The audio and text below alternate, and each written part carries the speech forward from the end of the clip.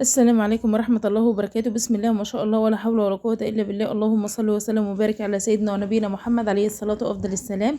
النهاردة بقى هنعمل حاجة من خير الفلاحين، هنعمل الرحالي.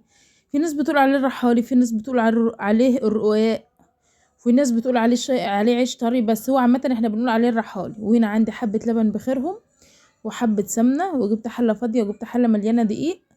واشوف بقى هنبتدي بايه. بسم الله ما شاء الله ولا حول ولا قوة الا بالله. هنبتدي هنا بنخل الدقيق، هننخل لحد ايه الكمية اللي احنا عايزينها. بسم الله ما شاء الله ولا حول ولا قوة الا بالله. والله العظيم اي حاجة زي ما قلت لكم في الفيديوهات اللي فاتت ولسه هقول لكم في الفيديوهات اللي جاية، اي حاجة بتتعمل في البيت بتتاكل بنفس. كفاية ريحتها، كفاية طعمها، كفاية ان انت عاملاها بايدك، عارفة مصدرها. بسم الله ما شاء الله ولا حول ولا قوة الا بالله. اللهم صل وسلم وبارك على سيدنا ونبينا محمد عليه الصلاة وأفضل السلام. وهنا كنت بنخل بقى دي زي ما انتم شايفين كده. عامة المناخل الستانلستين اللي انا بنخل بها دي، المناخل الستانلستين اللي انا بنخل بها دي، انا متجوزة حاليا بقالي 7 سنين. انا بستعمل المناخل دي بقالي 7 سنين. في ناس بتقولي بتصدي وفي ناس بتقولي بتبوظ بسرعة، والله كله من ايدك. انا بستعمله بقالي حوالي 7 سنين. هنا كنت نخلت كمية الدقيق كلها وعملت حفرة كده في النص عشان انزل باللبن. والله لا صدت ولا حصل لها اي حاجة من فيه، اكتر من الحروف اتطبقت. وهنا كنت نزلت بكمية اللبن، هنزل بقى كلها بقى. بسم الله ما شاء الله ولا حول ولا قوة الا بالله. اهو زي ما انتم شايفين. هبدأ بقى ان انا ننزل بالدقيق في اللبن بقى كده عشان ايه الفه كله ببعضه. ما تقولي لي بقى عجانة، ولا تقولي لي مش عارفة حاجات كده، بيقولوا حاجات غريبة كده بيعجنوا بيها. هو ما فيش احسن من ايدي، كان ما برتاحش اصلا الا العجين الايد. بسم الله ما شاء الله ولا حول ولا قوة الا بالله. اهو زي ما انتم شايفين اهو. وهنا عندي السمنة اللي انا قلت لكم عليها، كنت مدفياها على البوتاجاز مش قدحاها، مدفياها. هلف بقى كل ده وارجع لكم تاني. اهو زي ما انتم شايفين اهو. هو بيتلف معايا ما شاء الله بسرعة اهو. بسم الله ما شاء الله ولا حول ولا قوة الا بالله.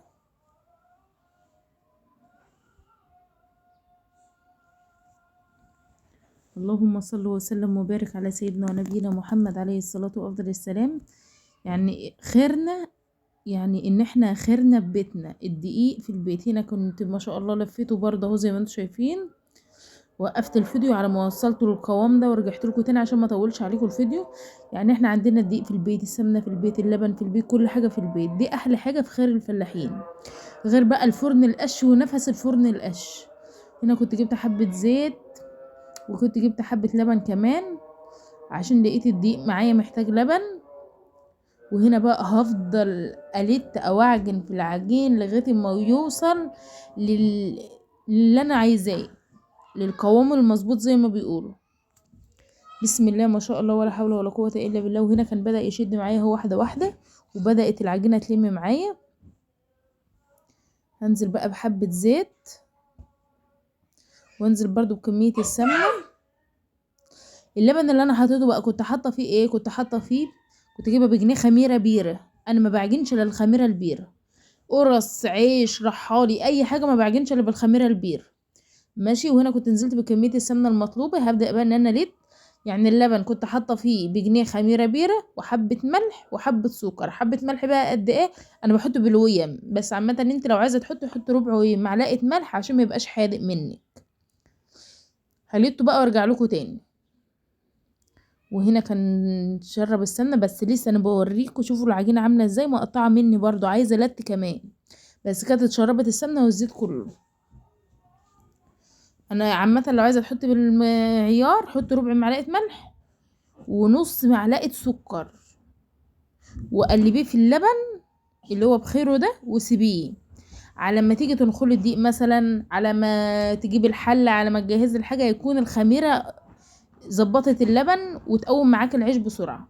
وهنا زي ما انتم شايفين العجينه كانت لمت معايا اهي. وبسم الله ما شاء الله وريحتها جميله جدا وقوامها مظبوط جدا. وعشان تتأكدي ان العجينة بقت مظبوطة تلاقي حروف الحلة نضفت وايديكوا نضفت، ده عشان تتأكدي ان العجينة بقت زي اللي انت عايزاها. شوفوا هنا لسه بتقطع اهي، يعني انا بشاور لكم لا لسه بتقطع. وهنا اهو زي ما انتم شايفين بسم الله ما شاء الله ولا حول ولا قوة الا بالله. وهنا ايدي نضفت اهي، ده اكد لي ان العجينة بقت كويسة جدا.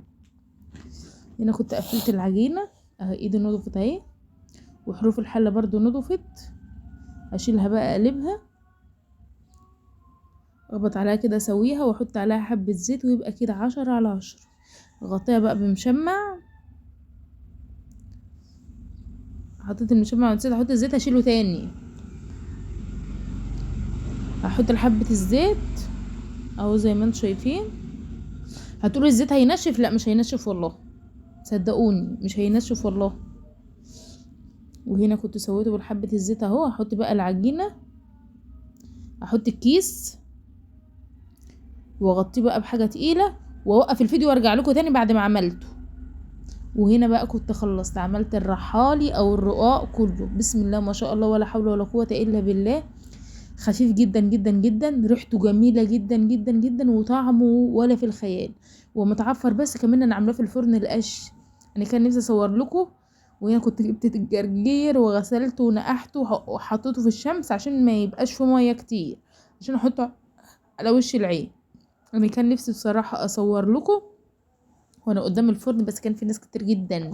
يعني مش انا الواحد اللي كنت بعجن، ومش انا الواحد اللي كنت بخبز. يعني مثلا احنا 3 4 جيران مع بعض بنعجن مع بعض وبنخبز مع بعض. هنا بقى هبدأ ان انا امسح العيش واعبيه في الاكياس. يعني انا لو كنت صورت وهم موجودين هيقولوا انتوا بتصورينا ومش بتصورينا ومش عارفه ايه، فانا ايه تلاشيت كل ده.